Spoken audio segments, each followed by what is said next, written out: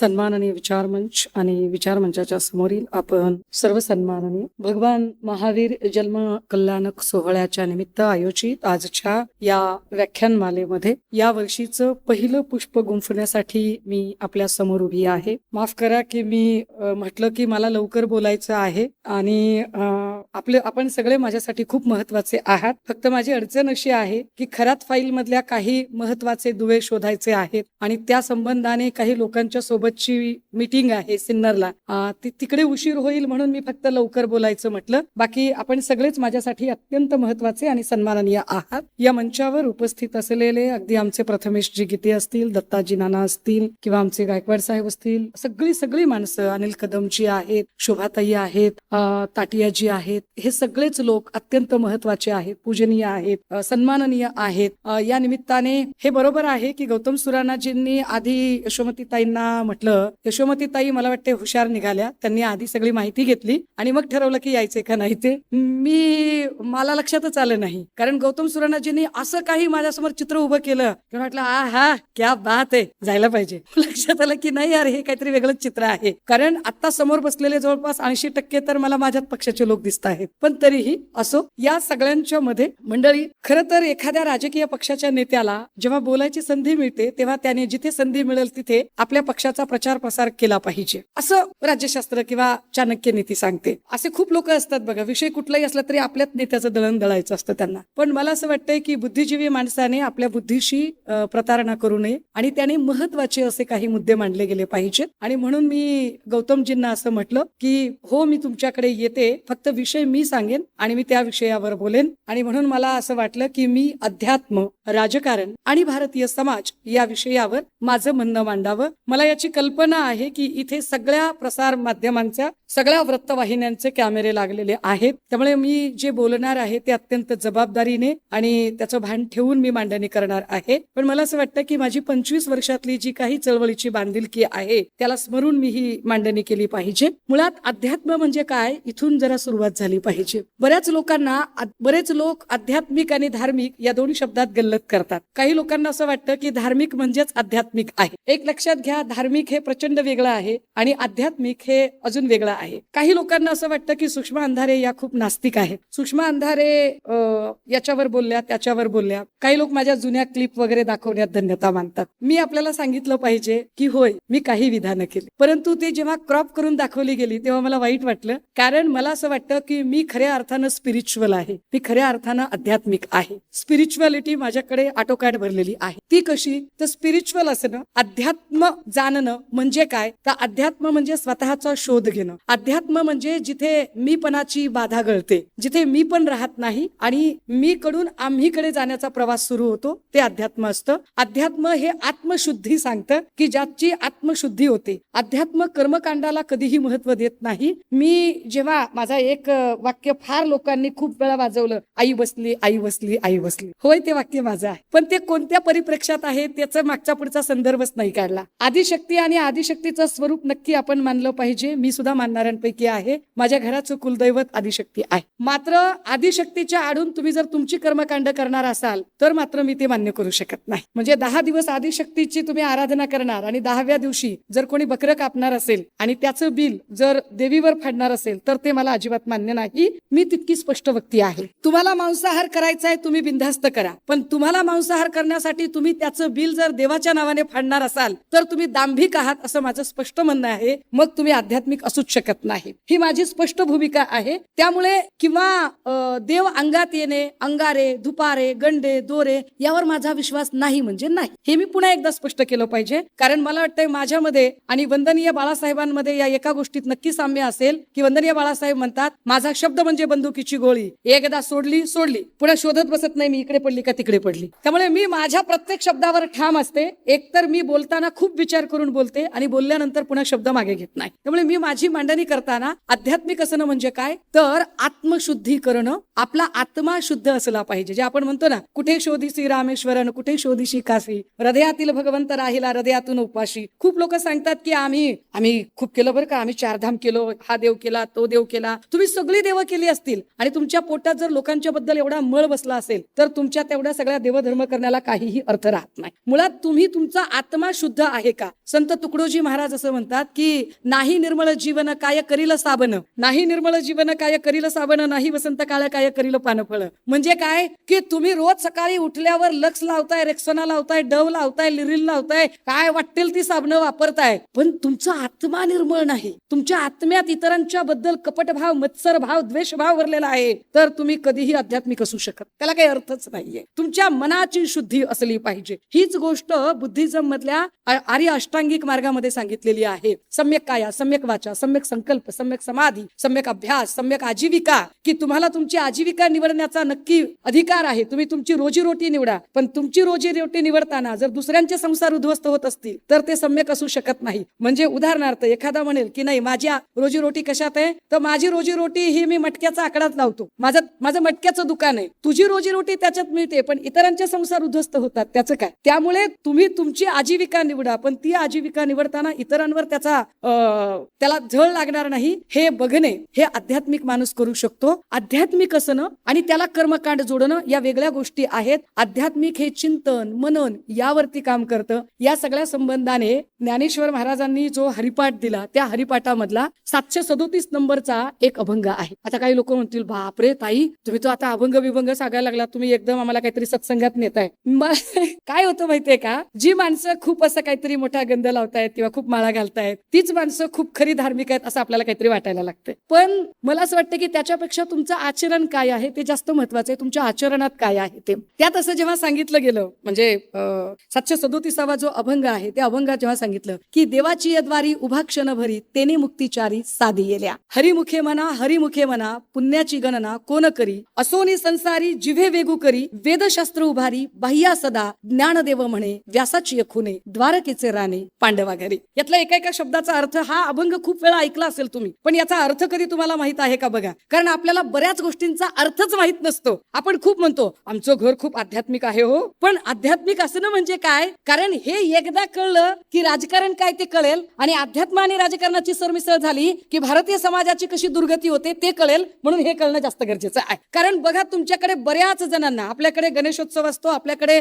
नवरात्री उत्सव असतो, मग त्याच्या आरत्या होतात, हे सगळे नेते मंडळी आरतीला जातात, सगळे आमच्या अनिल दादांपासून तिकडे त्या कडेच्या माणसापर्यंत तिकडचे तुम्ही सगळे आरतीला जाता, मग आरती करता, सगळी आरती होते आणि मग तुमचं सुरू होतं स्वतःभोवती प्रदक्षिणा घेणं, घालेन लोटांगण वंदिने चरण डोळ्यानं पाहिनं रूप तुझे प्रेमे आलिंगन अनंत पूजन भावे वळणार नामा त्वमेव माता त्वमेव पिता त्वमेव बंधू सखा त्वमेव विद्या, हे सगळं तुम्ही म्हणता. आपण कधीतरी हा प्रश्न स्वतःला विचारलाय का की अशी स्वतःभोवती प्रदक्षिणा का घातली जाते? ते कळणं, त्याचा शोध बोध लागला पाहिजे ना, की मुळात मी अशी प्रदक्षिणा का घालतो. कारण ते कळलं की मग जरा अध्यात्म कळायला लागेल. स्वतःभोवती आपण जेव्हा प्रदक्षिणा घालतो, बघा एखादा माणूस जगतो, हा देह पंचमहाभूतांनी बनलाय असं म्हटलं जातं. जेव्हा तो माणूस या इहलोकातून परलोकीची यात्रा करतो त्यावेळेला साधारणतः जर तो प्रसिद्धीस पावलेला असेल तर दुसऱ्या तिसऱ्या दिवशी पेपरला बातम्या येतात, अमक्याचा देह पंचतत्वात विलीन झाला. म्हणजे काय? पंचतत्वांनी देह बनला होता, पंचतत्वात विलीन झाला. पंचतत्व म्हणजे काय? अग्नी आहे, वायू आहे, आप आहे, जल आहे, आकाश आहे. आता या सगळ्यांनी जो देह बनला तो देह त्याच्यात विलीन झाला. ही पंचतत्व पिंडी ते ब्रह्मांडी असं एक वाक्य आहे की जे ब्रह्मांडामध्ये हे पंचतत्व ब्रह्मांडाने बनलंय, तीच पंचतत्व माणसात आहेत. त्याच पंचतत्वांनी हा देह बनला, पंचतत्वाचं पंचतत्वाला मिळालं, म्हणून देह पंचतत्वात विलीन झाला. संपूर्ण ब्रह्मांडाला जेव्हा तुम्हाला प्रदक्षिणा घालणं होत नाही, तेव्हा त्या ब्रह्मांडाची छोटी प्रतिकृती म्हणजे पिंड, आत्मलिंग ज्याला म्हटलं जातं. बसवांनांनी ज्या लिंगायत वीरशैवलिंगायत धर्माची स्थापना केली ते आत्मलिंग. आणि मग आपण आपल्या स्वतःभोवती प्रदक्षिणा, स्वतःला प्रदक्षिणा घालतो, आत्मलिंगाला प्रदक्षिणा घालतो, आणि मग आपण म्हणतो की हे पिंडी ते ब्रह्मांडी पंचतत्व काय आहे. अध्यात्म कळलं पाहिजे की अध्यात्म नेमकं काय आहे, कशासाठी. आणि म्हणून देवाची यद्वारी उभा क्षण भरी, की तुम्हाला देव कधी पावणार आहे, तुम्ही कधी धर्म म्हणजे धर्म काय सांगतो. तुम्ही खूप माला पोथी पडपड पंडित होय, ज्ञान मिलाना कोय, ढाई अक्षर प्रेम का पडेसो पंडित होय. खूप ग्रंथ वाचले, खूप ग्रंथ. कदाचित तुम्ही नवनाथ ग्रंथ वाचला, तुम्ही काय गरुड पुराण वाचलं, विष्णू पुराण वाचलं, तुम्ही वराह पुराण वाचलं, मत्स्य पुराण वाचलं, वेद वाचले, श्रुती वाचली, स्मृती वाचली, उपनिषद वाचले, काहीही वाचलेलं असेल, पण तुम्हाला जर माणसाचं मन वाचता येत नसेल तर जगणं बेकार आहे. एखाद्याला जर तुम्ही त्याला बोलून दुखावत असाल आणि त्याचं ते दुखावणं जर तुम्हाला कळत नसेल तर मग तुमचा अभ्यास व्यर्थ आहे. तुम्हाला तेच त्याचा आत्मसन्मान कळला पाहिजे. आत्मसन्मान का कळला पाहिजे? जर तुम्हाला वाटतंय की मला कोणीतरी सन्मान द्यावा तर त्याची पूर्वअट ही आहे की मी पहिल्यांदा त्याला सन्मान दिला पाहिजे. मी जेव्हा त्याला सन्मान देईल तेव्हा तो मला सन्मान देईल. पेरियार रामस्वामी याबद्दल फार सुंदर उदाहरण. पेरियार रामास्वामींकडे खूप लोक गेले, सगळे शूद्र होते आणि ते म्हणाले की आम्हाला सवर्ण मंदिरात जाऊ देत नाहीत, आम्हाला मंदिरात, आता आम्ही काय करावं? पेरियार म्हटले ठीक आहे, मी तुम्हाला तुमचं मंदिर बांधून देतो. सगळे लोक कामाला लागले, एक मोठं मंदिर उभं राहिलं. मंदिरात आता मूर्ती कोणती ठेवायची? शूद्रांनी कधी देव बघितला नव्हता, त्यामुळे मूर्ती कशाची ठेवायची हा प्रश्न निर्माण झाला. काय करावं? आणि पेरियार रामास्वामी म्हटले डोंट वरी. त्यांनी एक भला मोठा आरसा मंदिराच्या गाभाऱ्यात ठेवला. प्रत्येक माणूस आत जायचा, स्वतःच प्रतिबिंब बघायचा आणि असाच देव दिसतो काय की म्हणून नमस्कार करून वर यायचा. पेरियार रामास्वामी प्रत्येकाला विचारतायत की आत जाऊन काय बघितलं? ते म्हणाले आपलं स्वतःच प्रतिबिंब.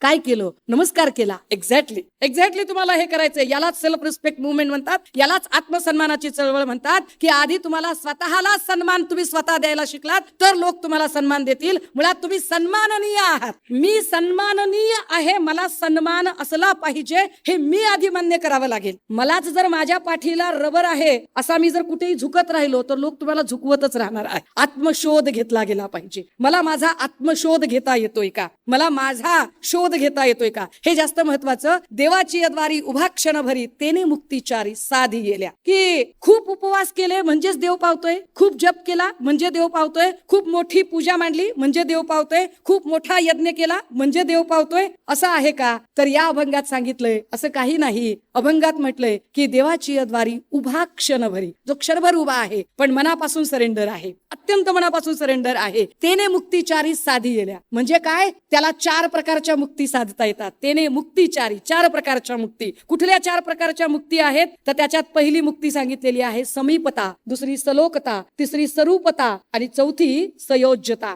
आता हे समीपता म्हणजे काय? की जे देवाजवळ, देवाच्या सानिध्यात राहणे, समीपता. सलोकता, देवलोकात जाऊन राहणे. बघा, तुम्ही कुठल्याही मंदिरात गेलात तर मंदिराच्या दरवाजाच्या बाजूला दोन्ही साईडला 2 तुम्हाला द्वारपाल दिसतात. कुणी म्हणतं हे अहिरावण महिरावणाच्या मूर्ती आहेत, कुणी त्याला वेगवेगळी नावं देतं. परंतु ज्यांनी देवासाठी काही केले त्यांना त्या देवाच्या सानिध्यात राहायला मिळालं. समीपता असं नाही, सलोकता असं नाही, स्वरूपता देवासारखे होणे, स्वरूपता आणि संयोज्यता ही सगळ्यात वरची पायरी देवच होऊन जाणे. हे ज्याला 4 लोक जमते, ज्यांना की सलोकता, समीपता, स्वरूपता, संयोज्यता. तेने मुक्तीचारी साधी गेल्या. हरिमुखे म्हणा पुण्याची गणना कोण करी. की तुम्हाला काहीच करणं होत नाहीये, देवाचं नामस्मरण करा. नामस्मरण करा म्हणजे काय करा? की हे लक्षात ठेवा की समवन इज वॉचिंग यू. हे कायम अलर्ट रहा स्वतः. मेडिटेशन मध्ये तरी दुसरं काय आहे? अलर्ट रहा, सतत सावध रहा की कुणीतरी तुम्हाला, तुम्ही कुणाच्या तरी निगराणी खाली आहात. बघतय कुणीतरी तुम्हाला,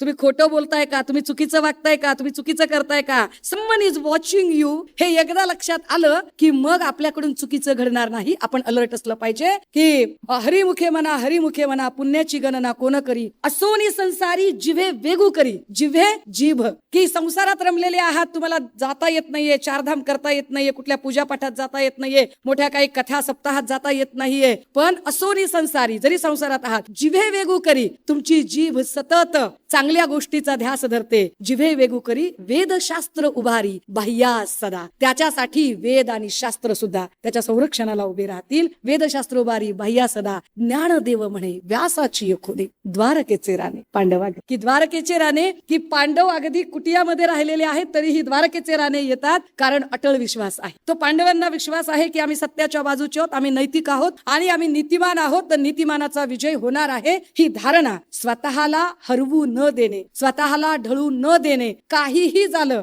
तरी मी चुकीचा मार्ग अवलंबणार नाही, इतकी माझी स्वतःची कुवत निर्माण करणे ते अध्यात्म आहे. आता हे अध्यात्म इतकं बघा, अध्यात्माची व्याख्या काय? मला काल परवाचा म्हणजे सहज आता संदर्भ आला म्हणून, की खरातला अनेक लोक गुरु मानत होते. म्हणाले कमाल आहे बुवा, खरात सोबत हे लोक काय गप्पा मारत असतील बरं? खरात कोणता अध्यात्माचं ज्ञान देत असेल? खरातला काय अध्यात्म कळलं असेल? जर अध्यात्माचा अर्थ आत्मशुद्धी असेल, शुद्धता असेल, तर ह्याच्यातला कोणता गुण खरातकडे असेल? म्हणजे त्याला गुरु मानणाऱ्या लोकांचं ज्ञान काय असेल? त्याला गुरु मानणाऱ्या लोकांना मुळात अध्यात्मातला आणि या भोंदूगिरीतला फरक कळला असेल का? म्हणजे पुन्हा तेच जे कबीरांनी सांगितलं की पोथी पडपड पंडित होय, ज्ञान मिला ना कोय. की नुसतं वाचतय समजत काहीच नाही बोंबलायला त्याला. आणि मग त्याला समजत का नाही? जेव्हा आपण असा विचार करतो की साला याला समजत का नाही, तर मग आपल्या असं लक्षात येतं की याच्यात थोडीशी अडचण आहे.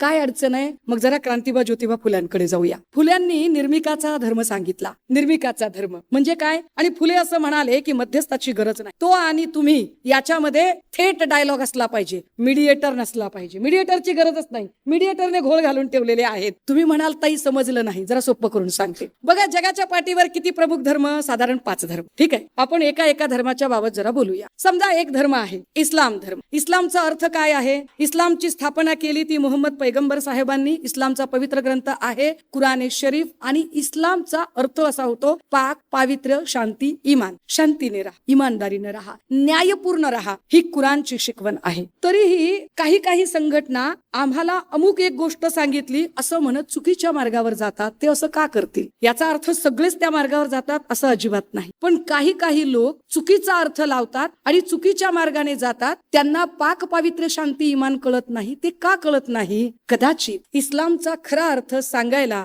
मीडिएटर कमी पडलाय का? मीडिएटरला तो अर्थ सांगता आला नाही म्हणून कदाचित तो घोळ झालाय. जरा आपण दुसऱ्या धर्माकडे जाऊ. बौद्ध धर्म. संस्थापक सिद्धार्थ गौतम. पवित्र ग्रंथ त्रिपिटक, ज्याच्यामध्ये धम्माबद्दल आणि अनेक माहिती सांगितलेली आहे. काय तत्वज्ञान काय आहे? तत्वज्ञान असं सांगितलं की मूर्ती पूजा करू नका. मूर्तीमध्ये काहीच नाहीये. मुळात ज्ञान आत्मसात करणं, चिंतन मनन करणं हे जास्त गरजेचं आहे. सम्यक मार्गावर जाणं जास्त महत्वाचं आहे. मूर्ती पूजेत काहीच नाही. हे सांगितलं कुणी? बुद्धिझमने सांगितलं. मला सांगा, जगाच्या पाठीवर सगळ्यात जास्त आज घडीला पुतळे कुणाचे दिसतात? तर बुद्ध. तत्वज्ञान गेलो कुठे? कमी कुठे पडलो आपण? बहुतेक बुद्धिझम सांगण्यात मीडिएटर कमी पडला का? मध्यस्थ कमी पडत आहे. जरा आपण तिसऱ्या धर्माकडे येऊया. तिसरा धर्म जैन धर्म. आज भगवान महावीरांच्या निमित्ताने आपण इकडे व्याख्यानमाला करत आहोत. जैनिझम मध्ये सांगितलं होतं, जसं आता तुम्ही सांगितलं, लिव्ह अँड लेट लिव्ह, जगा आणि जगू द्या. हे तर सांगितलं, पण त्याही पेक्षा महत्वाचं काय सांगितलंय? 3 गोष्टी सांगितल्या जैनिझम मध्ये. मी चुकत असेल तर मला करेक्ट करा गौतमजी. आपण अस्तेय,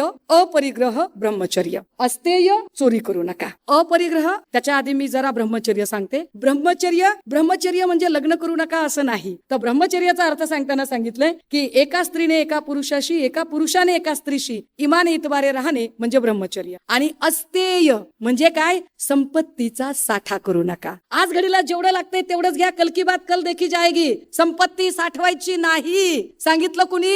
जैनिझम मध्ये सांगितलं. आज घडीला सगळ्यात जास्त श्रीमंत कोण? धनवान कोण? लड्डा, चड्डा, बियाणी, ललवानी, मालपानी, छल्लानी, चांडक, सुराना, सगळे अर्थ कुठे गेला? जैनिझमचा अर्थ कुठे गेला? बरोबर आहे, घोळ झाला. इथे सगळा घोळ झालेला आहे. आपण जरा पुढच्या धर्माकडे जाऊया. म्हणजे हे एका धर्माबद्दल नाही. ख्रिश्चन धर्म. संस्थापक प्रभू येशू. पवित्र ग्रंथ बायबलने प्रेमसंदेश दिला. बायबल मध्ये सांगितलं की प्रभू येशू क्रुसावर जात होते. क्रुसावर जात असताना सुद्धा प्रभू येशू सांगत होते की हे प्रभू, हे लोक काय करतात यांना कळत नाही, तू यांना क्षमा कर. मारेकऱ्यांबद्दल क्षमा याचना मागणारा येशू, की आपल्याला मारताहेत तरी सुद्धा त्यांच्यासाठी क्षमा याचना करणारा येशू. म्हणजे किती मोठी गोष्ट आहे की सगळ्यांना चलो forget and forgive, love all, forget and forgive, सगळ्यांना क्षमा करा. हे तत्वज्ञान ख्रिश्चन धर्माने दिलं. सगळ्यात जास्त ख्रिश्चन धर्म फॉलो करणारे लोक वेस्टर्न कंट्रीज मधले लोक आहेत, विशेषतः अमेरिका वगैरे. तरी सुद्धा इराणच्या प्रमुखाला उडवण्यापर्यंतची भाषा जर ट्रम्प करत असेल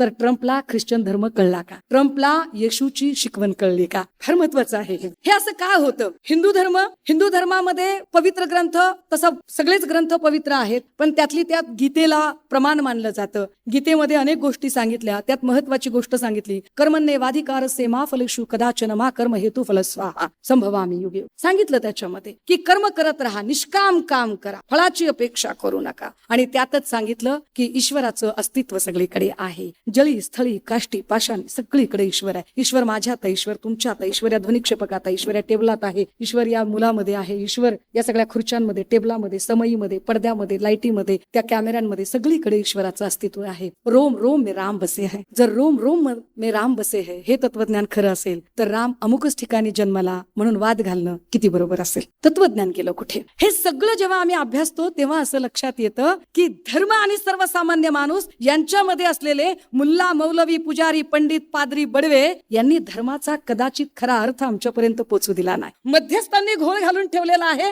आणि मध्यस्थांनी जो घोळ घालून ठेवला आणि म्हणून प्रबोधनकार मध्यस्थांवर ताशेरे ओढतात. प्रबोधनकार ठाकरेंनी जी भूमिका मांडली की हे मध्यस्थ सगळे जरा बाजूला करा, धर्माचा खरा अर्थ सर्वसामान्यांना कळायचा असेल असेल तर त्याचा आणि तुमचा थेट डायलॉग व्हायला पाहिजे मध्ये. तो कुठला एक चित्रपट आला, मला वाटते पीके वगैरे काहीतरी चित्रपट आला, ज्याच्यामध्ये सांगितलं की कोनो रॉन्ग नंबर लगा रहा है, ये जो रॉन्ग नंबर लगाने वाला जो है ना, एसटीडी बूथ चलाने वाला, उसको जरा साइड में करना है, तो हमें समझ में आएगा भैया की सही सही क्या चल रहा है. हे फार महत्वाचं आहे. कळलं अध्यात्म? चला आता राजकारणाकडे जाऊया. राजकारण म्हणजे काय? आता राजकारण म्हणजे सत्ता मिळवण्यासाठी केले गेलेले प्रयत्न. सत्ता मिळवण्यासाठी जे जे तुम्ही प्रयत्न करता ते सगळे राजकारण या सदरामध्ये मोडतात. सत्ता मिळवण्यासाठी काय करावे? एक सहज कथा आठवली म्हणून सांगते, छोटीसा चुटकुला आहे. एकदा एका राजाने विचारले, सहज राजा आणि प्रधान असे चालले होते, मॉर्निंग वॉकला चालले होते. मॉर्निंग वॉकला जाता जाता राजाने प्रधानाला विचारले, प्रधाना मला सांग सत्ता कशी मिळवावी, खुर्ची कशी मिळवावी? प्रधान म्हणला सोपं आहे महाराज.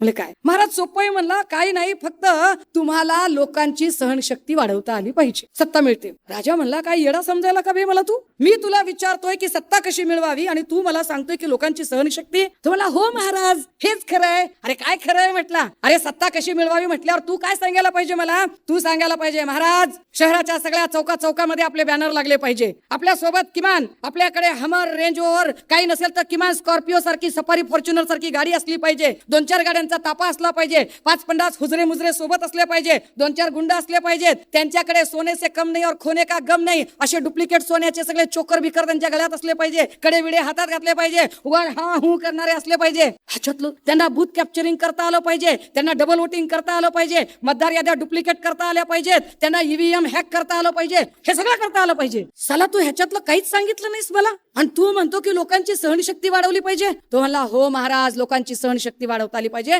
तरच म्हटला सत्ता मिळते. अरे असं कसं? मला कळलं नाही. महाराज मला वेळ द्या म्हणला, मी तुम्हाला प्रूव्ह करून दाखवतो. ओके चल तुला आम्ही वेळ दिला, तू प्रूव्ह करून दाखव. वेळ दिला, प्रूव्ह करून दाखव. 15 दिवसाचा वेळ. महाराज लक्षात घ्या, don't disturb me, don't interfere in my, माझ्यामध्ये तुम्ही अजिबात इंटरफिअर करायचं नाही. Okay done done, deal deal, ठरलं. दुसऱ्या दिवशी त्या राज्यामध्ये फक्त एक नदी होती, नदीवर एकच पूल होता आणि प्रधानाने दिंडोरा पेटवला. ऐका हो ऐका, राज्यातल्या एकमात्र नदीवरच्या एकमात्र पुलावरून येण्या आणि जाण्यासाठी आजवर कुठलाही टोल टॅक्स घेतला जात नव्हता, पण इथून पुढे जाताना आणि येताना 25 अशर्फी कर द्यावा लागेल. लोक म्हणले अरे अचानकच, काहीच कारण नाही, इतके दिवस सगळं मोफत होतं, आता कसं काय 25 कर? काही जण म्हणले हे देशद्रोही आहे का बे तू? देशावर प्रेम नाही तुझा? तुला माहित नाही, ते खूप मोठे आहेत, त्यांना जास्त कळतं आपल्यापेक्षा. काहीतरी लॉजिक असेल, देऊन टाका 25. देऊन टाकले 25 अशर्फी. 4 दिवस गेले, दुसरी दवंडी. ऐका हो ऐका, राज्यातून जाणारा एकमात्र नदीवरच्या एकमात्र पुलावरून इथून पुढे जाताना 25 अशर्फी कर द्यावा लागेल. आता 25 अशर्फी दिला होता, आता परत 25 म्हणजे 50 अशर्फी झाला.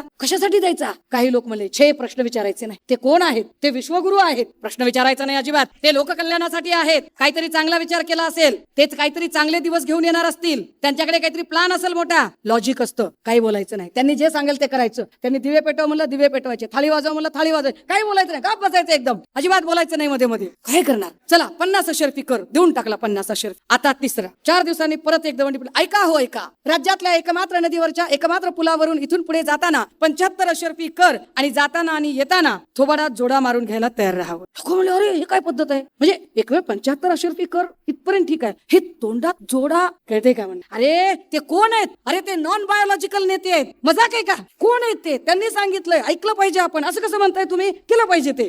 काय बाबा, इकडे मात्र राजा परेशान. राजाला वाटायला कशाला प्रधानाचं ऐकलंय? ऐन इलेक्शनच्या तोंडावर हा काहीच्या काही करायला लागलाय. हे काय बरोबर नाही गडे वागणं, चुकायला लागले आपलं. इलेक्शन हातचं निघून जाईल. राजाने सकाळ सकाळी उठला, पटकन मोबाईल उचलला. व्हॉट्सअप कॉल करू का? नको नको, फेस टाइम करतो. कॉल ट्रॅप झाला तर काय करावं? फेस टाइम कॉल केला. Where are you? काय झालं? Don't ask me any more question, just come soon. But what happen? Don't ask me any more question, just come here. प्रधान पळत पळत गेला. राजा परेशान. राजा आपल्या राजदरबारामध्ये चक्रा मारत होता. राजाने बघितले, प्रधान आला. काय झालं? बोला.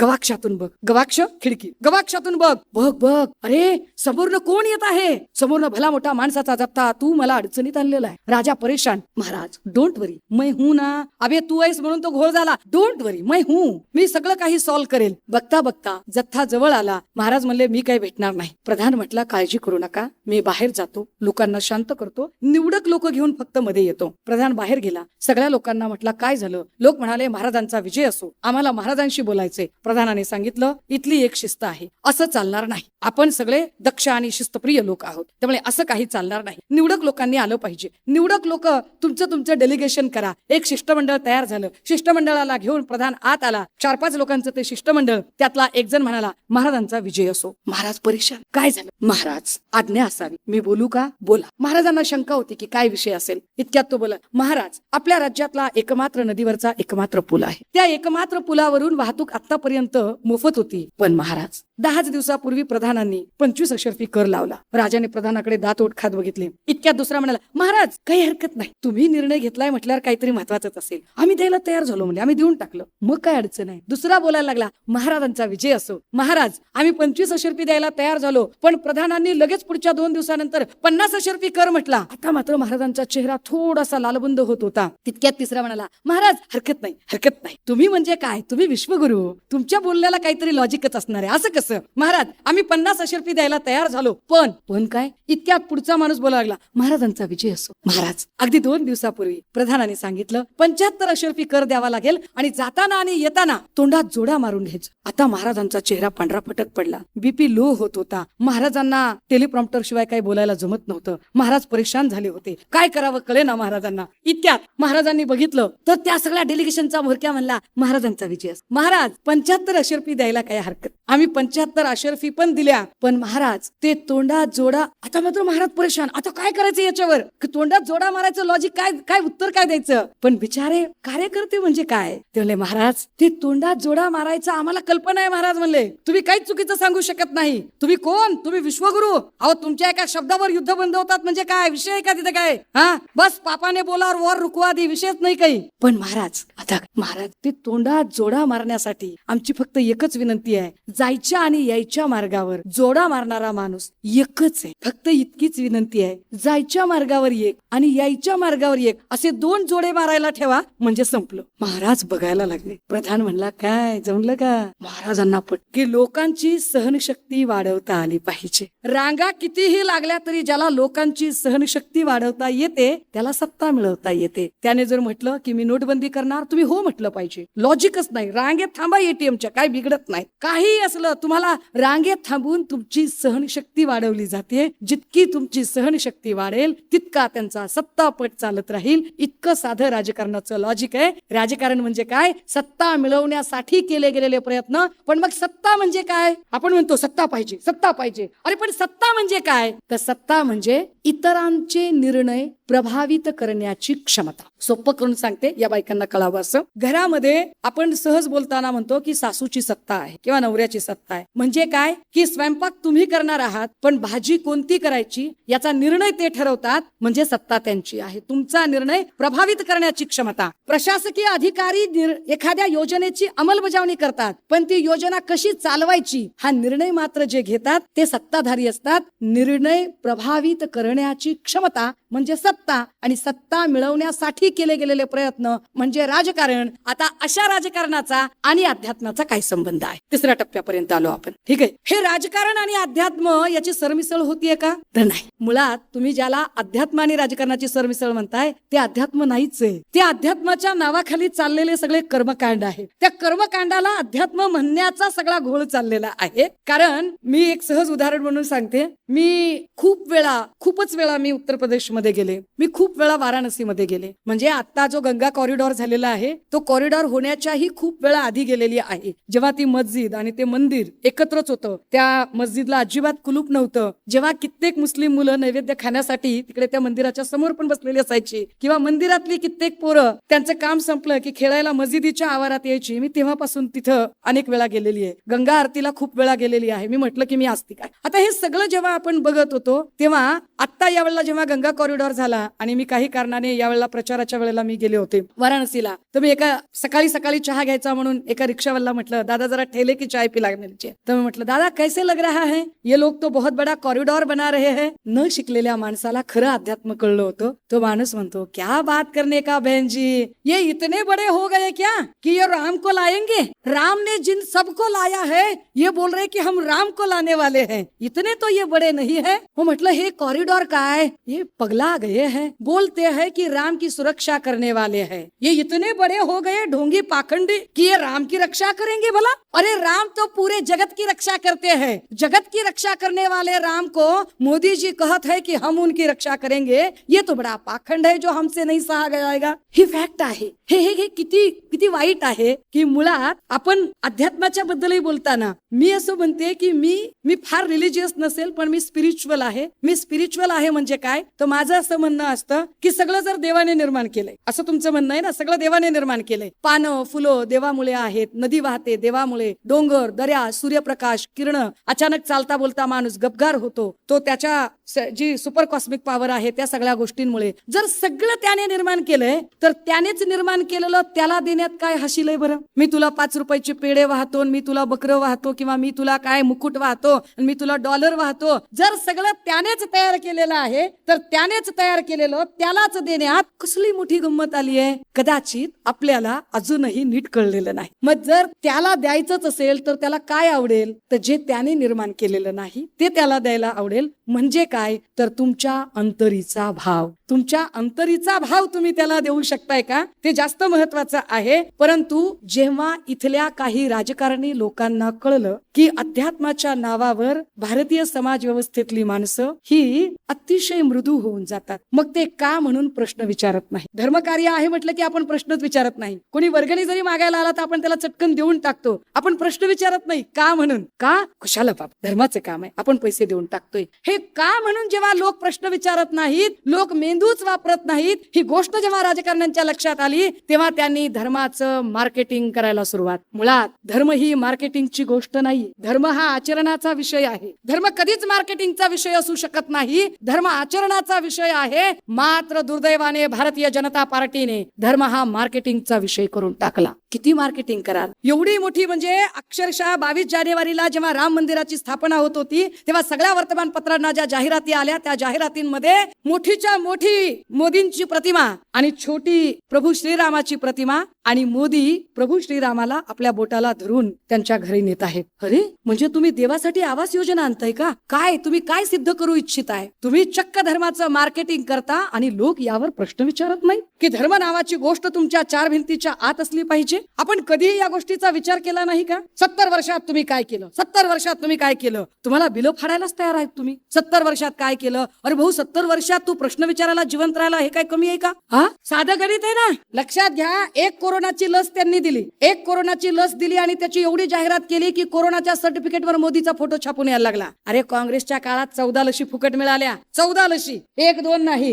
गोवर असेल, ट्रिपल असेल, धनुर्वात असेल, देवी असेल, बीसीजी असेल, पोलिओ असेल, सगळ्याच्या सगळ्या लशी या मोफत मिळाल्या. त्याच्या जाहिराती नाही झाल्या, त्याचं मार्केटिंग अजिबात झालं नाही. ते मार्केटिंग मात्र इथे आता मोदींच्या काळात झालं. तुम्ही आठवून बघा की जेव्हा जेव्हा म्हणजे पंतप्रधान नेहरूजींचे दौरे त्या काळातले बघा, अगदी अटलजींचे सुद्धा, की पंतप्रधान जेव्हा वेगवेगळ्या राज्यात जायचे तेव्हा पंतप्रधानांचे दौरे हे इन्फॉर्मेशन अँड टेक्नॉलॉजीचं एखादं इन्स्टिट्यूट आहे त्याचं उद्घाटन करायचे, एखादं मोठं कॅन्सरचं हॉस्पिटल आहे त्याचं उद्घाटन करायचे, एखादी मोठी MIDC आहे त्याचं उद्घाटन करायचे. याच्यासाठी ते दौरे होत होते. आता मोदीजींचे दौरे मात्र मठ आणि आश्रमाचे उद्घाटन करण्यासाठी. जर मठ आणि आश्रमाची उद्घाटन करणं हेच तुमचं काम असेल तर मग तुम्ही संसदेत कशाला येताय, तुम्ही धर्मगुरू व्हा ना. तुम्ही इकडे कशाला येताय, तुम्हाला संसद चालवायचं काम दिलं, तुम्ही संसदच चालवायचं काम केलं पाहिजे. परंतु बरं हे सगळं ते अध्यात्माच्या नावाने खपवतात, जेव्हा की हे अध्यात्म नाहीये, याला अध्यात्म म्हणत नाहीत. अध्यात्म हा व्यक्तिगत आंतरिक शोधाचा उपक्रम आहे. अध्यात्म म्हणजे व्यक्तिगत पातळीवर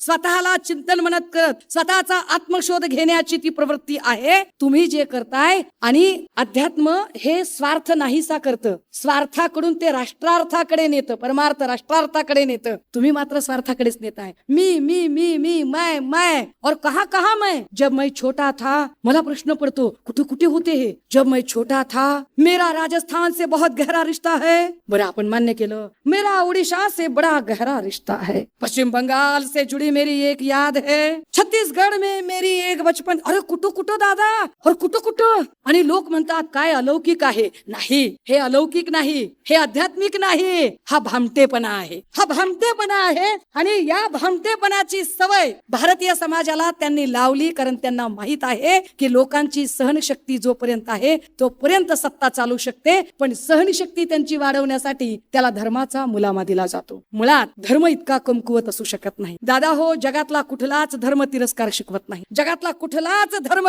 एकमेकांचा द्वेष करायला शिकवत नाही. कुठलाही धर्म, मी जेवढे काही धर्मग्रंथ वाचले, जेवढा काही मी अभ्यास केला, मी नवनाथ ग्रंथ बऱ्यापैकी वाचणाऱ्यांपैकी आहे. 40व्या अध्यायात सांगितलं जातं, एक कुसुम झोकोनीवरती चला म्हणा ओमकार्याप्रती नवनाथ वंदोनी उक्ती स्वीकारावे महाराज, की काही नाही तर फक्त एक लाल रंगाचं फुल वहा आणि पुढे चालत राहा. काही लोक नटे, तुम्ही माझ्या घरी या, माझी लेख अत्यंत सुस्पष्ट आवाजामध्ये पसायदा नसेल आता अतिशय सुस्पष्ट आवाजात म्हणते, पण याची आम्हाला मार्केटिंग करायची गरज नाही. मार्केटिंगची गरज त्यांना पडते ज्यांना इतर कुठलं कर्तृत्वच अंगी नसतं. मला वाटतं मला काही मिळवायचं असेल तर मला धर्म हा फक्त मी अनैतिक मार्गावर जाऊ नये, मी नैतिकतेने चाललो पाहिजे, फक्त धर्म याच्यासाठी मला साह्यभूत झाला पाहिजे, ते जास्त महत्वाचं आहे. बाकी गोष्टी मी माझ्या कर्तृत्वाने मिळवेल, ते कर्तृत्व माझ्या ठाई असलं पाहिजे. एकमेकांमध्ये भांडणं लावून एकमेकांबद्दल द्वेष पसरवून असं धर्म कधीही सांगू शकत नाही. साधं गणित आहे दादा हो. काय यांनी सुरू केलं बघा, भारतीय समाज राजकारण आणि अध्यात्माची सरमिसळ झाल्यावर कसं होतं. अध्यात्माच्या नावाखाली यांनी भल्या भल्या गोष्टी खपवायला सुरुवात केली.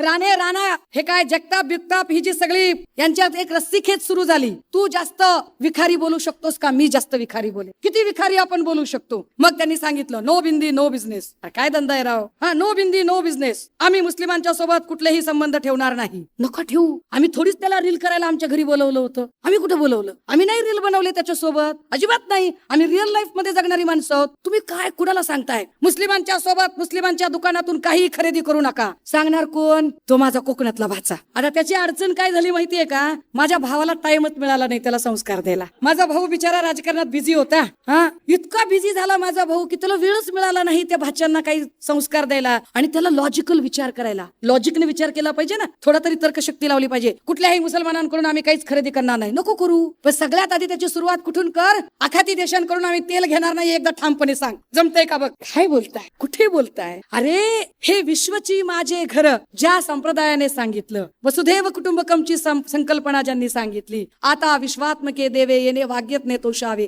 तोषोनी मज द्यावे पसाय दान, हे ज्यांनी सांगितलं त्यांना हे कधी कळावं बरं. त्यांना हे कळतच नाहीये. ते फक्त द्वेष पसरवण्यासाठी. बरं ते किती सिलेक्टिव्ह असतात बघा, खूप सिलेक्टिव्ह असतात. म्हणजे एरवी शोधून शोधून. तुम्हाला काय वाटतं, अशोक खरातची फाईल उघडली, अशोक खरातच्या ऐवजी जर एखादा अशफाक खिलजी असता तर बाप रे, आतापर्यंत राणेची पोरं अक्षरशः अशी कपडे काढून नाचली असते. फरक आहे ना, हा फरक आहे. तुम्ही इतक्या सिलेक्टिव्हली जर व्यक्त व्हाल, मुळात तुम्हाला एक तर अध्यात्म कळलेलं नाही. ज्यांना तुम्ही गुरु मानताय तेही आध्यात्मिक नाहीयेत. कारण आध्यात्मिक गुरु हा आत्मशोध घेतो. जो आत्मशोध घेतो तो आत्मविश्वासू असतो. जो आत्मविश्वासू असतो तो कधीही मनातून खचत नाही. मी आपल्याला आठवण करून दिली पाहिजे की असाच एक राजकारणातला सो कॉल्ड स्वयंघोषित आध्यात्मिक गुरु आधी तयार झाला होता भय्यू महाराज. सुसाईड केलं त्यांनी. आत्मविश्वास आणि आत्मबळ असेल तर माणूस आत्महत्येचं पाऊल उचलणार नाही. तुम्हाला जेव्हा सिच्युएशन फेसच करता येत नाही तेव्हा तुम्ही इतकं टोकाचं पाऊल उचलता. आणि जर तुमच्यामध्येच आत्मविश्वास आत्मबळ नसेल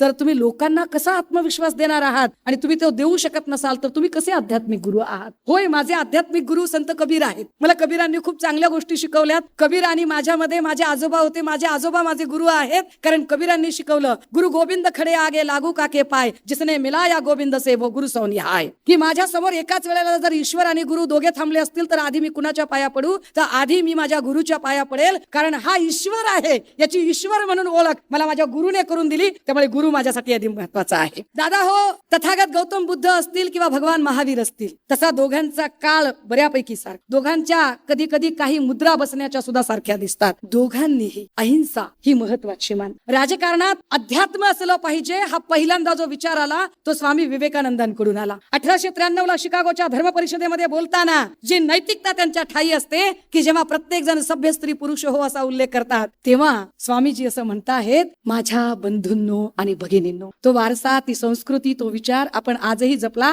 की आजही आपण व्यासपीठावरून विचारपीठावरून बोलताना आपल्या समोरच्या सगळ्या मंडळींना भाऊ आणि बहीण असा उल्लेख करतो. याचाच अर्थ मी नीतिमान आयुष्य जगणार आहे. माझ्यासाठी परस्त्री परपुरुष हा माझ्या माते समान, भावा समान, बहिणी समान आहे. हा विचार तिथून आला, तो आतापर्यंत पर्क्युलेट होत राहिला. आपण तो पुढे नेला. महात्मा गांधींनी राजकारणात अध्यात्म आणलं. महात्मा गांधींचा विचार हा अध्यात्माचा विचार होता. त्यांनी सांगितलं की मी एकटाच आहे, मी निहत्ता आहे. काही लोकांनी खिल्ली उडवली की निहत्ता माणूस कसा लढू शकतो. निहत्ता माणूस लढू शकतोय. त्यांनी सांगितलं अहिंसा हे त्यांचं सगळ्यात मोठं हत्यार. आणि त्यांनी सांगितलं की कुणाची कुचेष्टा करू नका. कुचेष्टा करून काही मिळणार नाही. कुचेष्टा करण्यापेक्षा आत्मशोध घ्या, आत्मचिंतन करा, ते जास्त महत्वाचं आहे. अध्यात्म त्यांना कळलं होतं. ते अध्यात्म कळल्यामुळेच त्यांनी कधी कुणाबद्दल ईर्ष्या द्वेष बाळगला नाही. जरी त्यांच्यावर टोकाच्या टीका झाल्या तरीही ते शांत राहिले. पण बघा, अध्यात्म आणि राजकारणाची सरमिसळ झाल्यावर भारतीय समाजात काय गोंधळ निर्माण होतो. त्या गांधीजींना मी कसा आधुनिक युगातला गांधी आहे असं सांगणारं एक नवं व्यक्तिमत्व तयार झालं. किसन बाबूराव हजारे, 8वी 9वी फेल माणूस, उधर मिलिट्री में जीप चलाते थे, इधर आकर देश चलाने की बात करने लगे. आणि मग इकडे आल्यावर त्यांना असं वाटलं की आपण प्रति गांधी होऊ शकतोय. त्यांना उगाच ते लोकांना मी कसा अहिंसावादी वगैरे असलं काहीतरी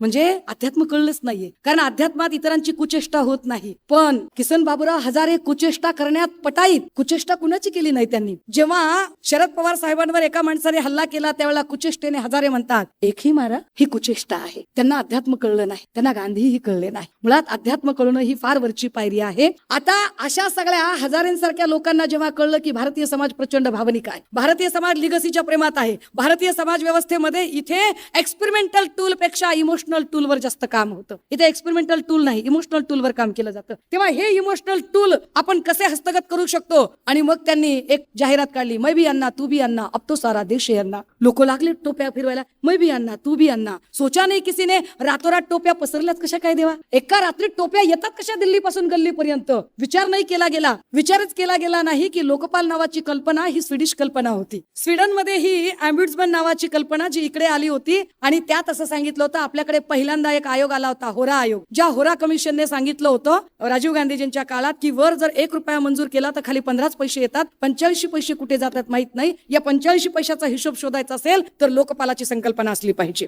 हे ठीक होतं. पण हजारे म्हणाले नाही नाही, लोकपालाच्या कक्षेत सगळे आले पाहिजे. कोण आणा? लोकपालाच्या कक्षेत आमदारांना आणले, लोकपालाच्या कक्षेत खासदारांना आणले. बघा भारतीय समाज व्यवस्थेत भारतीय शासन व्यवस्था कशी आहे. आपल्याकडे 3 पिलर आहेत महत्वाचे. ज्युडिशियरी आहे, एक्झिक्युटिव्ह आहे, लेजिस्लेटिव्ह आहे. लेजिस्लेटिव्ह म्हणजे सगळे खासदार, एक्झिक्युटिव्ह म्हणजे मंत्रिमंडळ आणि ज्युडिशियरी म्हणजे इथली न्याय व्यवस्था. आणि एक हिडन अँगल जो आहे तो हा मीडियाचा आहे, ज्याला आपण चौथा स्तंभ म्हणतो. हे 3 स्तंभ ठीक आहे. न्यायपालिका, कार्यपालिका, विधिपालिका या तिघांच्यावर कुणी असू नये असं संविधान सांगतं. हजारेने ओळखलं की लोकांना जर अध्यात्माचा मुलामा देऊन जर आपण पटवलं तर लोक कसे ऐकू शकतात. इकडे भजनं बिजनं सुरू झाली आणि त्याने सांगितलं की सगळे खासदार चौकशीच्या कक्षेत आले पाहिजे म्हणजे सगळी विधिपालिका, पंतप्रधान आणि मंत्री चौकशीच्या कक्षेत आला पाहिजे म्हणजे कार्यपालिका, सगळे न्यायाधीश चौकशीच्या कक्षेत आले पाहिजे म्हणजे न्यायपालिका. म्हणजे त्याला कुठे बसवायचा? सगळ्यांच्या वर. पण हे तर संविधानात बसत नाही. पण या प्रश्नाचा हा प्रश्नच कुणीही विशेषतः गोदी मीडियाने किसन बाबूराव हजारेंना विचारला नाही की न्यायपालिका, विधिपालिका, कार्यपालिका जर सगळे चौकशीच्या कक्षेत आणायचे असतील तर उद्याला जर लोकपालच मॅनेज झाला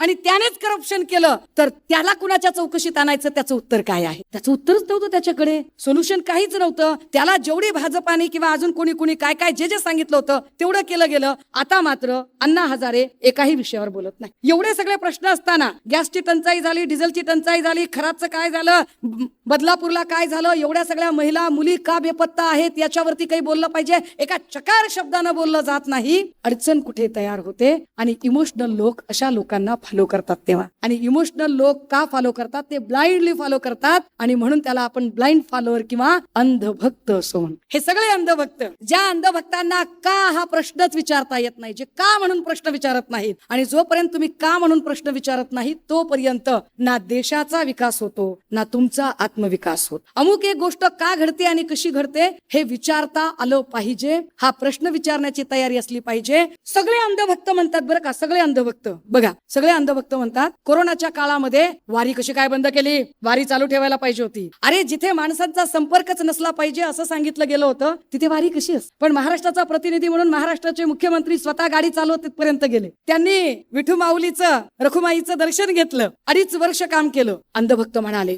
ते लोकांना भेटले नाही. अरे तुझं काम अडलं का दादा? 2.5 वर्ष कोरोनाचा काळ होता. कोरोनाच्या काळात लोकांचा संपर्कच कामाचा नव्हता, त्यामुळे त्यांनी त्यांचं काम केलं. पण जे लोक 2.5 वर्षाचा प्रश्न निर्माण करतात त्यातला एकही अंधभक्त हा प्रश्न विचारत नाही की गेल्या 10 वर्षात मोदी एकाही पत्रकाराला का भेटले नाही, मोदींनी एकही पत्रकार परिषद का घेतली नाही. मी आता दैनिक भास्करच्या ऑफिसमध्ये गेले होते. मी दैनिक भास्करच्या ऑफिसमध्ये बोलताना म्हटलं की काय प्रॉब्लेम आहे नेमका, की मुख्यमंत्र्यांनी आता महापालिका इलेक्शन मध्ये आणि विधानसभेच्या इलेक्शन मध्ये खूप सारे इंटरव्ह्यू दिले. पण इंटरव्ह्यू कुणाला दिले? गिरिजा ओक, तेजस्वी प्रधान, अरे अक्षय कुमार, आमिर खान, सुबोध भावे. काय कमाल आहे. कशासाठी? एकाही पत्रकाराला मुख्यमंत्री इंटरव्ह्यू देत नाहीत. मुख्यमंत्र्यांचं काय म्हणणं आहे? कदाचित मुख्यमंत्र्यांच्या लेखी पत्रकारांना काही किंमतच नाहीये का, की मुख्यमंत्री पत्रकारांच्या प्रश्नाला घाबरतात? मुख्यमंत्र्यांना पत्रकारांच्या प्रश्नांची भीती वाटते का, की मुख्यमंत्री एकदाही पत्रकारांना इंटरव्ह्यू देत नाहीत? मुख्यमंत्री अजिबात पंतप्रधान तर पत्रकारांच्या पासून कोसो मैल लांब असतात, ते घाबरतात आणि काही प्रश्न विचारायला गेले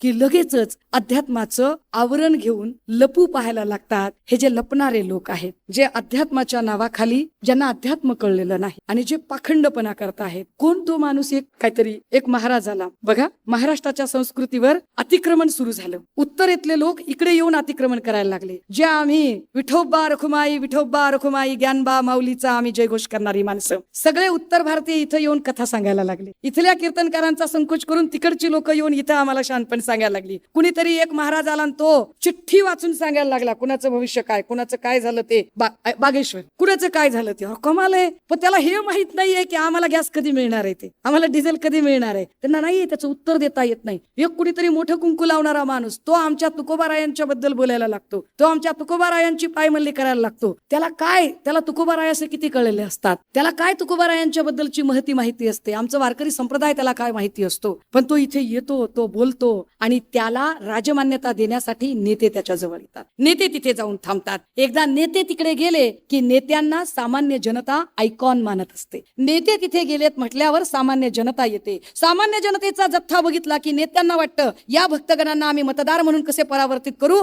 मग या लोकांना, भक्तांना मतदार म्हणून जर बनवायचं असेल तर मग त्याला आध्यात्मिक गुरु करा आणि त्याच्या तोंडून आपली स्तुती करून घ्या, मग हे आपले मतदार होतील. काय मेकॅनिझम आहे याच्या पाठीमागे. आणि असंच मेकॅनिझम जेव्हा केसरकर सारखा माणूस म्हणतो की 39 आमदार, मी एकटा थोडीच गेलो, 39 आमदार गेले खरातकडे. कशाला? उष्णोजल. अरे जे लोक गंगाजल पवित्र मानत होते त्या लोकांना गंगाजल पासूनचा प्रवास तुम्ही उष्णोजल पर्यंत केला. ही प्रगती नाही अध्यात्माची. तुम्ही अधोगतीकडे नेताय लोकांना. तुम्ही पथदर्शी असलं पाहिजे. तुम्ही अधपतन करायला निघाले. तुम्ही अधपतन करू शकताय कारण तुम्हाला भारतीय समाजाची एक कदाचित नाडी कळली आहे की भारतीय समाज हा थोडा भावुक आहे, थोडा भावनिक आहे. आणि त्यातली त्यात जो मीडियाचा इडियट बॉक्स आहे, त्या इडियट बॉक्सने रोज इतकं आमच्यावर हॅमरिंग केलेलं आहे की ते हॅमरिंग आम्हाला होत राहतं. दादा, माझ्याकडे बोलण्यासारखे अनेक विषय आहेत. मी याच्यावर तासनतास बोलू शकते. खर तर माझा हा सगळा विषय मांडण्याचा व्याख्यानमाला याही पेक्षा तुमच्या सगळ्याशी संवाद साधणं आणि मुळात आपण नेमकी चुकतोय कुठे. खरात सारख्या प्रवृत्ती वाढतात का? कारण खरात सारख्या प्रवृत्ती वाढतात त्याला कारण आपली समाज व्यवस्था आहे, त्याला कारण आपली मानसिकता आहे. ह्या ज्या स्त्रिया फसतात या बिचाऱ्यांचा काय दोष आहे? त्या फसतात कशा? मुळात स्त्रियांच्या बद्दल इथले समाजाचे मानदंड किती वाईट आहेत. स्त्रियांच्या सोबत सुद्धा एक राजकारणच केलं इथल्या पुरुष सत्ताक व्यवस्थेने.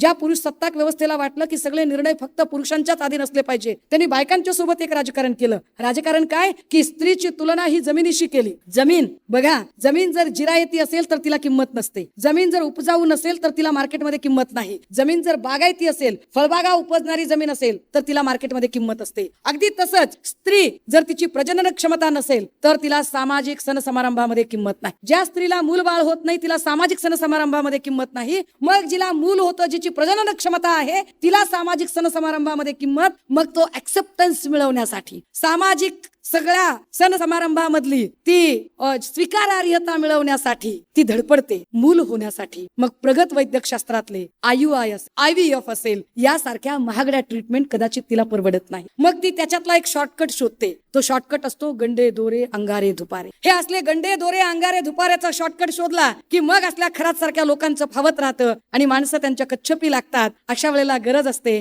महिला आयोगासारख्या यंत्रणेने या स्त्रियांचं समुपदेशन करण्याची. पण कुंपणाने शेत खाल्लं तर दाद कुणाकडे न्यायची प्रश्न पुन्हा निर्माण होतो. कारण त्यांनाही कळून चुकलेलं असतं की समाज व्यवस्था काय आहे. कारण यांना कसंही करून मूल हवं आहे. आणि डॉक्टर पेक्षा जर बघा आपली अडचण काय माहितीये का, कायद्याने सांगितलेलं आपण ऐकत नाही, धर्माने सांगितलेलं आपण ऐकतो. एखाद्या माणसाला जर सांगितलं की रस्त्याने जाताना डाव्या बाजूने जा, ऍक्सिडेंट होणार नाही, ऐकत नाही, ते उजव्याच बाजूने जाते. पण एखाद्याला जर सांगितलं आज तू डाव्या बाजूने जा, तुला धनलाभ होणार आहे, तो बिलकुल डाव्या बाजूने जाईल. त्याला किती लांब पडते तो डाव्या बाजूने जाईल. कारण त्याला पंचांग किंवा अजून काही गोष्टींनी सांगितलेलं आहे. चमत्कारावर भारतीय समाजाचा विश्वास बसतो. पण अध्यात्म म्हणजे चमत्कार नाही. अध्यात्म म्हणजे कर्मकांड नाही. अध्यात्म म्हणजे स्वतःचा शोध घेणे आहे. दादा हो, कुणीतरी सांगतंय म्हणून ऐकण्यापेक्षा मला पटलं पाहिजे, माझं माझं स्वतःचं जे अत्तदीपभवचं तत्वज्ञान आहे, की मला माझं कळलं पाहिजे, माझ्या मुक्तीचा मार्ग मला कळला पाहिजे. तो ज्याला कळतो त्याला ते समजलं पाहिजे. मला असं वाटतं की जे आता जी अंधभक्तांची जी एक मोठी फळी तयार झाली, शिकलेली सुद्धा हुकल्यासारखे वागायला लागले, त्यांचा मुळात प्रॉब्लेम असा झालाय की काही झालं तरी आमचा नॉन बायोलॉजिकल फादर आमचं सगळं काही बघून घेईल. पण नॉन बायोलॉजिकल फादर स्वतः सांगतोय, मेरा क्या, मैं तो कभी भी झोला उठा के निकल पड़ा. भाई वो जब झोला उठा के जाएगा तो तुम क्या करोगे, तो तुम्हारा तो प्रॉब्लेम हो जाएगा ना. दादा हो, या सगळ्यांमध्ये आपण विचार करूया. राजकारण आणि अध्यात्म याची सरमिसळ करणाऱ्या लोकांना ठणकावून सांगूया की तुमच्या राजकारणासाठी आमच्या अध्यात्माचं नाणं तुम्ही वाजवायची गरज नाही. अध्यात्म एक अतिशय वेगळी गोष्ट आहे. हे जे भंडारे, अंगारे, दुपारे, देवाच्या नावावरचे हे मोठमोठी जेवणावळी देव नाही मागत, कुठलाच देव मागत नाही. हे सगळे कारण देवाच्या नावावर भंडारा करायचा आणि नेत्यांचे मोठमोठे बॅनर उभे करायचे, ह्याला काही अर्थ नाही. हे फक्त नेत्यांनी स्वतःची चमकोगिरी करण्यासाठी चालवलेला सगळा कार्यक्रम. थांबलं पाहिजे हे सगळं. कुठल्या देवाने हे सगळं मागितलेलं आहे? मला नाही वाटत. भगवंत भुकेला भक्तीचा पाहुणा हे जे सांगितलं ते जास्त महत्वाचं. ती भक्ती आपण देऊ शकतो का? आणि भारतीय या न्यायाने विचार केला तर आणि तरच आपण अंधश्रद्धेपासून दूर राहू शकतो. कारण जे चाललंय ते सगळं अंधश्रद्धेचं चाललंय. कुणीतरी हवेतनं लॉकेट काढायचं, कुणीतरी हवेतनं गंडा काढायचा आणि माणूस बघून काढायचं. आमच्याकडे लातूरला एक महाराज होते, ते महाराज काय करायचे की ते हवेत हात फिरवायचे. विलासरावजींनी हात पुढे केला की डायरेक्ट लॉकेट, दिलीपरावजींनी हात पुढे केला की चांदीची अंगठी, आमच्यासारख्याने हात पुढे केला की नुसतीच राख. माणसं बघून दिलं जाते ना, हे वाईट आहे. तर हे सगळं जरा थांबलं पाहिजे. या सगळ्यांमध्ये मला आनंद आहे की माझे नेते फार छान पद्धतीनं यामध्ये काम करणारे आहेत. प्रबोधनकारांचा वारसा जो मी या पक्षात येण्याच्या आधीही चालवला आणि त्या विचारांवर मी चालले, मी ठामपणे आजही त्याच्यावर मार्गक्रमण करते. माझा पक्ष त्याच्यात आडकाठी आणत नाही, हे फार महत्वाचं. काही लोक क्रॉप करून जेव्हा व्हिडिओ चालवतात तेव्हा त्यांना सुषमा अंधारे नेमकी काय आहे आणि कुठल्या विचारांची आहे ते कळत नाही. बरेच लोक खूप अर्धवट ज्ञानावरती पाजळत राहतात. पण मी या निमित्ताने गौतमजी आपल्याला एक नक्की सांगेल की जेव्हा व्याख्यानमालेत एखादा चांगला वक्ता बोलावता तेव्हा वक्ता मिळवण्यापेक्षा सुद्धा जास्त धडपड श्रोते कसे जमा होतील यासाठी केली गेली पाहिजे. ते श्रोते आपल्याकडे अधिकाधिक यावेत आणि व्याख्यानमाला खऱ्या अर्थाने बहरावी. मला कुणाच्याही भावना दुखावण्याचा अजिबात हेतू नव्हता, पण तरी सुद्धा जर भावना दुखावल्या गेल्या असतील, वाईट वाटलं असेल, उपमर्द झाला असेल, चुकून माकून कुणाच्या भावना काय लय कवळ्या कचकचित भावना येतात, जरा काय झालं की अशा दुखावतात लगेचच, असं काही झालं असेल तर तुम्हाला माहित आहे काही माफी बिफी नाही मागत, इलाज नाही. आता अशीच आहे, अशीच राहणार आहे. मी माझ्या म्हणण्यावर ठाम आहे, थांबते, रजा घेते. जय हिंद, जय महाराष्ट्र, जय जिनेंद्र.